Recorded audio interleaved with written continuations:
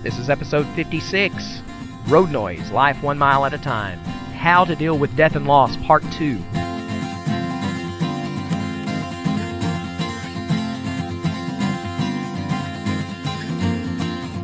Hello and welcome again to another episode of Road Noise, Life 1 Mile at a Time. I'm your host, Michael Blackston, and you're riding along with me in the passenger seat as I drive all over the southeast United States on my commutes to and from work.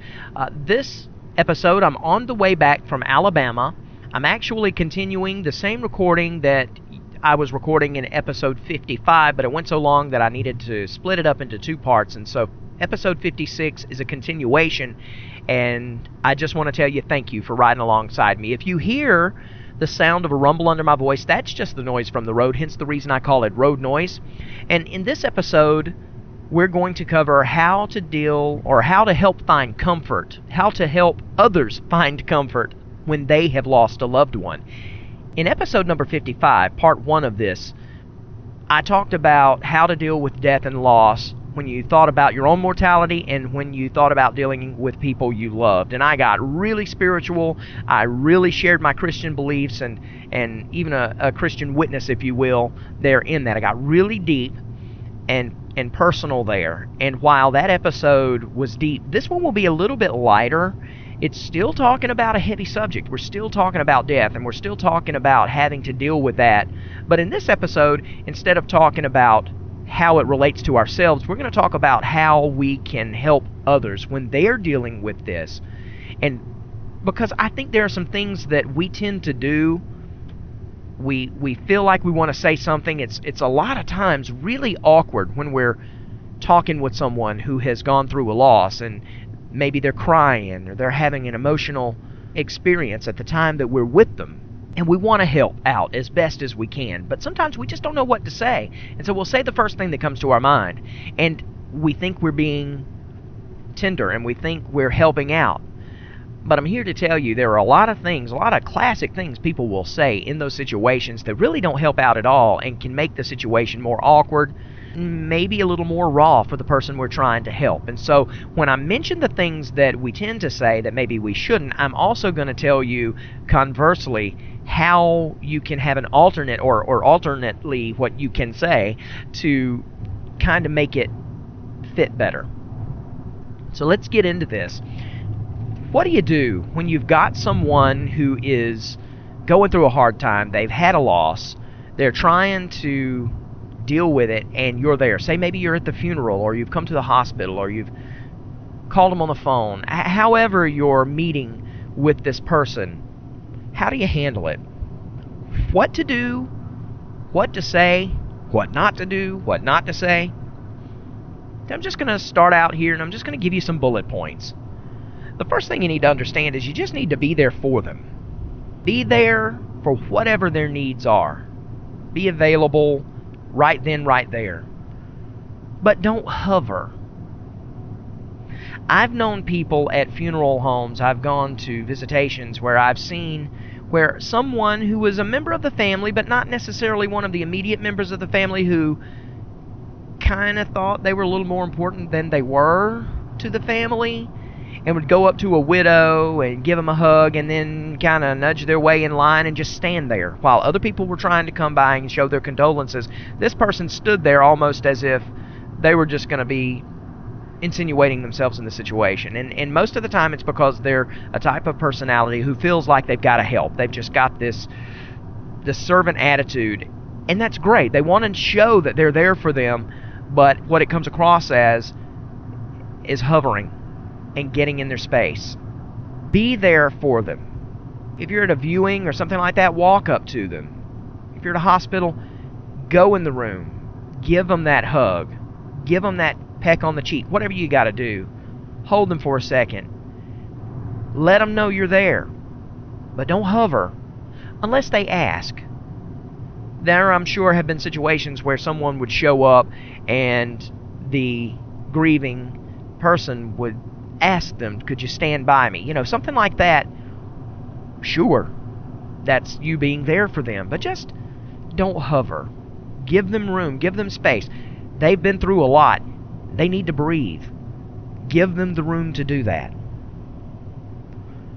The next thing I want to talk about is something that is a very common thing for people to say in these situations, and it is absolutely the wrong thing to say. So I'm going to give you an example of something you can say that will be a little bit better. So what is it? Don't tell them you know what they're going through. Why? Because you don't. Even if you've experienced a similar event, everybody is different, and everybody handles things a different way. If it's a loss of a husband or a loss of a child, and you've lost a husband or lost a child, and you've had your own period of grieving, those things will come back to your mind, and you may think you know what they're going through, and you may think, I can be a person who can be there for them like nobody else can because I've been through this too. And that may be the case, and they may look to you for some counsel because you've been through a similar event, but never come right out and say to someone who is grieving or going through the loss of a loved one that I know what you're going through. Don't say that, because at that moment, it's about them, not you. And you really don't know what's going through their mind. Similar events don't necessarily mean similar thoughts, similar feelings. What you could say instead is simple and sincere. 2 words. I'm sorry. That's what people want to hear. They want to hear that you grieve too. I am so sorry. It's quick, it's simple, and it's sincere. And that's all they need. Another thing not to say is don't ask how you can help or if there's anything you can do. Now, this may seem really trivial, and it may seem like, why wouldn't you say, how can I help? Or is there anything I can do? I really want to be able to help, and I want to let them know that I'm willing to. And that's exactly what you need to do. But don't phrase it that way, and there's a reason. They've gone through a lot. They don't need to have to come up with anything. And most people wouldn't anyway. If you say, is there anything I can do? They're going to say, no, I'm just glad you came. Even really, if there was something you could do, they're probably going to tell you no, because as I said before, people try to appear strong and stout in situations like that. Don't make them have to come up with anything or make it awkward by saying no or anything. Here's what you do instead. You simply say, let me know if you need anything. You can even tack on anything at all. What you're doing there is you're saying the same thing. You're still letting them know that you're there for them. You're still saying, I'm here for you in whatever capacity you need. But you're not making them have to tell you no, and you're not making their brain go into any function of, what do I need them to do? Is there anything I need from them? All you're doing is stating a fact. I am here for you, and I'm ready to help you in any way at all that you need. That allows them to get the message, but at the same time, keep it simple and say, thank you. They can just say thank you, and then later on, they may need your help. Because honestly, if you ask someone if there's anything you can do, is there anything I can help you out with, and they say no at first, and then later they think about something, they may be a little hesitant to call you because they've already told you they didn't need you to do anything, and that may be kind of embarrassing to them.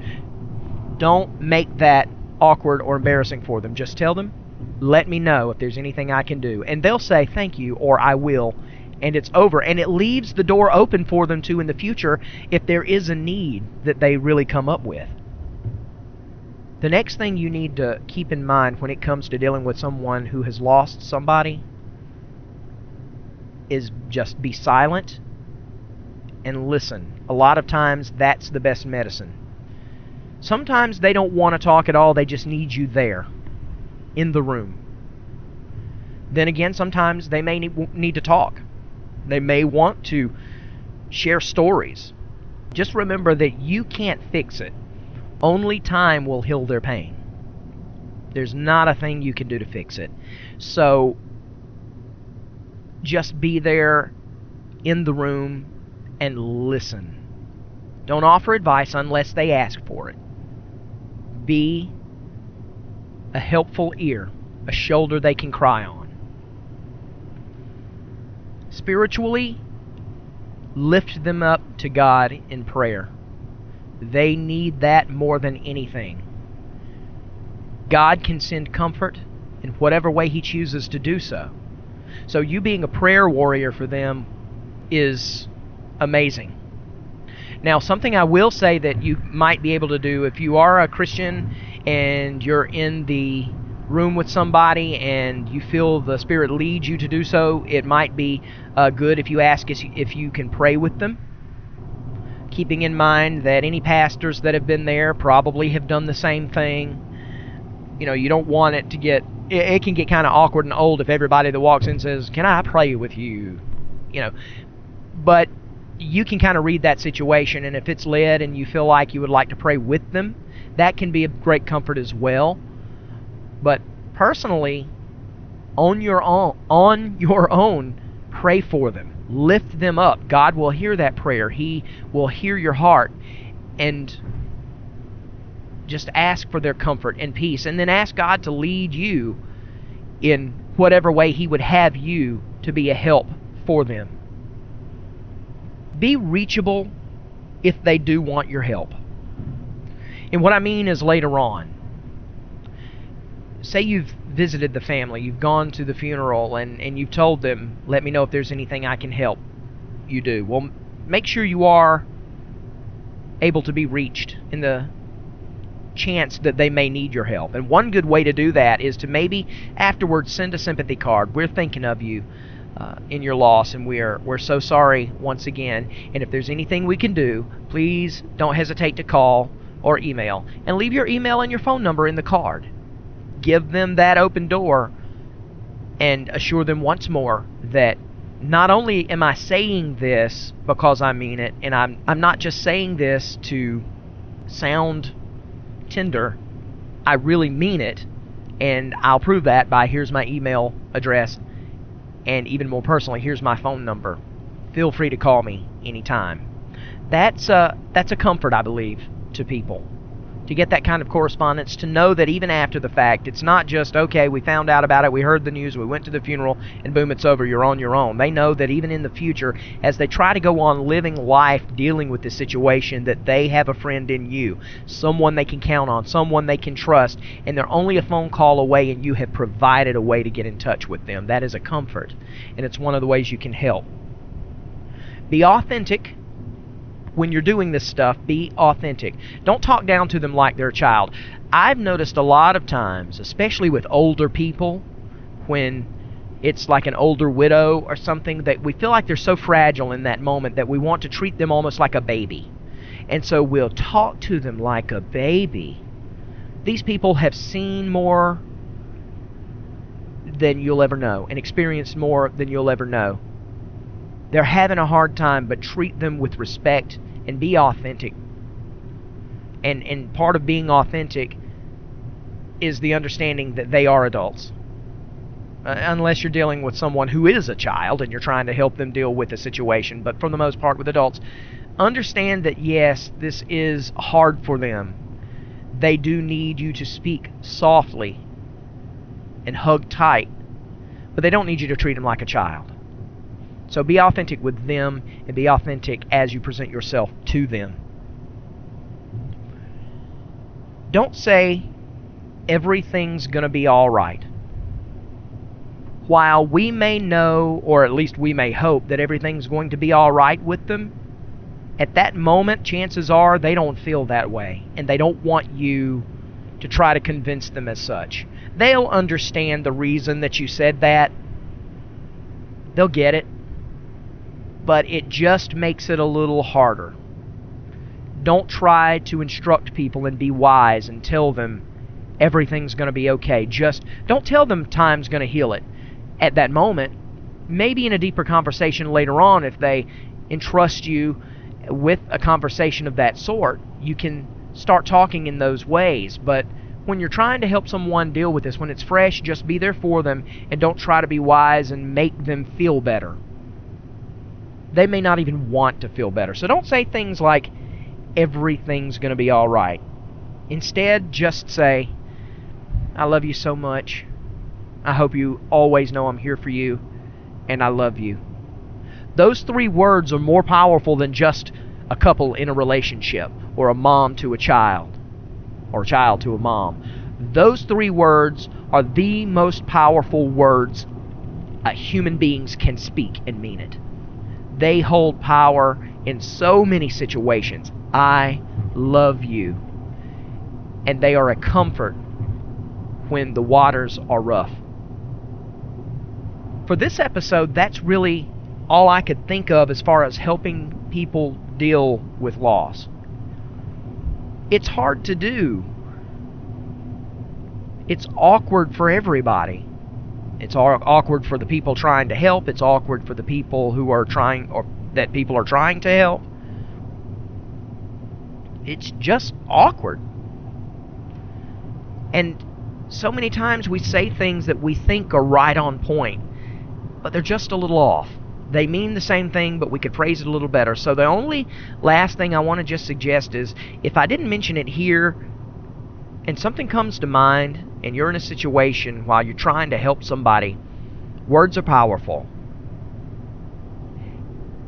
And if you're thinking of saying something that I didn't mention, at least roll it around in your head for a little bit.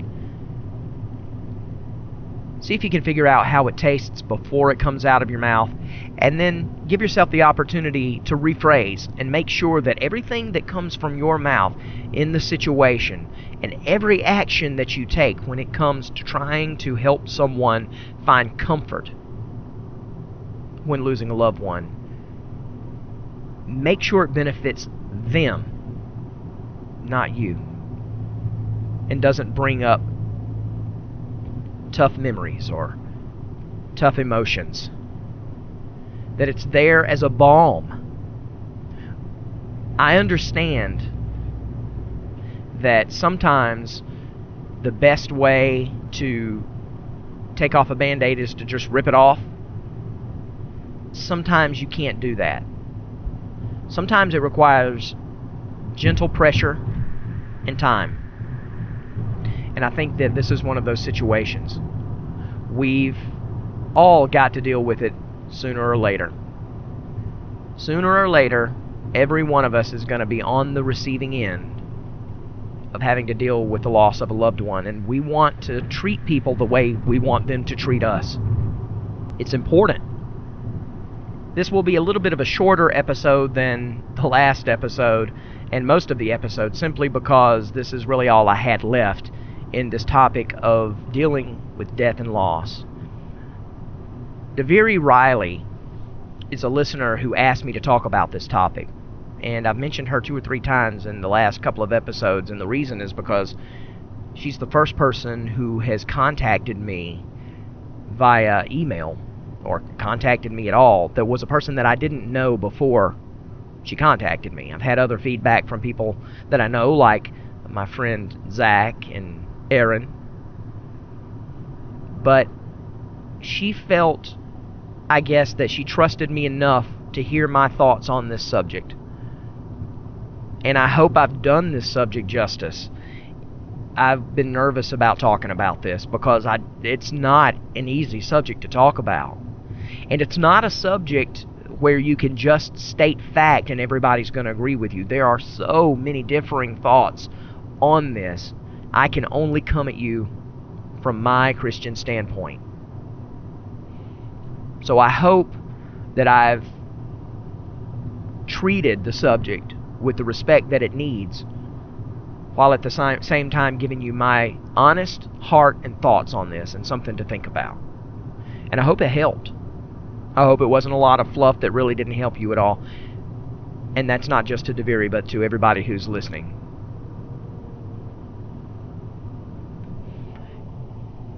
Because I have spoken so much about my Christian beliefs in this episode and biblical apologetics and everything, I think I want to go ahead and give a favorite book of mine, as the positive review for these episodes. I didn't give a positive review in episode 55 because this was really a continuation, one big long episode. So part 2 is where we'll have here the positive review. And the book is called The Case for Christ by Lee Strobel. Lee Strobel used to work for the Chicago Tribune, and he was an investigative reporter and columnist and a harsh atheist until he decided that he was going to prove the Bible wrong once and for all. I won't give you the whole story because I don't want to ruin it, and he tells about all of that in The Case for Christ, but he decided he was going to talk to all of the top historical and biblical scholars and everybody and find the loopholes and just finally prove it wrong. It's what he was. He's an investigative reporter, and he thought he had the answers. And by the time he was done with his, I want to say it was a 2-year-long investigation. It may have been longer than that or shorter than that, but I want to say 2. By the time he was done with his investigation, he had come to the conclusion that Jesus Christ was the Messiah and the Savior of this world, and he has since become a champion for the Christian faith. And if you're the type of person who needs proof, if you need facts, figures, and archaeological research and historical and all of that stuff, it's there for you, and it holds up. And it's right there in The Case for Christ. He also wrote several other books, The Case for Jesus and The Case for all kinds of things. If you read the book and you decide that you really liked it, there are other ones that you can get into as well by Lee Strobel. But The Case for Christ is a great starting point, and it gives you the why. And it answers a lot of the questions you may or may not have about the Bible and the historical accuracy and spiritual accuracy and inerrancy of the Bible. And so if you're interested in that, then go pick up Lee Strobel's The Case for Christ, and that is this week's positive review. If you'd like to talk about anything that you've heard in this episode or any of the previous episodes, here's how you can get in touch with me. I have an email address. It's feedback@michaelblackston.com. You can also get in touch with me via the hotline and leave a voicemail at 706-408-7456. That's 706-408-7456. Or you can go to roadnoisepodcast.com, stream the show directly from there. And we've also got buttons where you can share us on social media, Facebook, Twitter, Pinterest, all of those things, all kind of good stuff in there. And you can just share us right there. You can also get to iTunes and leave us a rating and review if you'd like to do that. You can comment on iTunes as well. You can comment on the show notes that are right there on the page. All kinds of stuff you can do at roadnoisepodcast.com, so please go over there and check that out. And until then, which will be episode number 57, not even sure what the topic's going to be about on that one, but we'll get something interesting, at least I hope. Thanks for sitting alongside with me for Road Noise. I'm your host, Michael Blackston, and together we're learning to live life 1 mile at a time.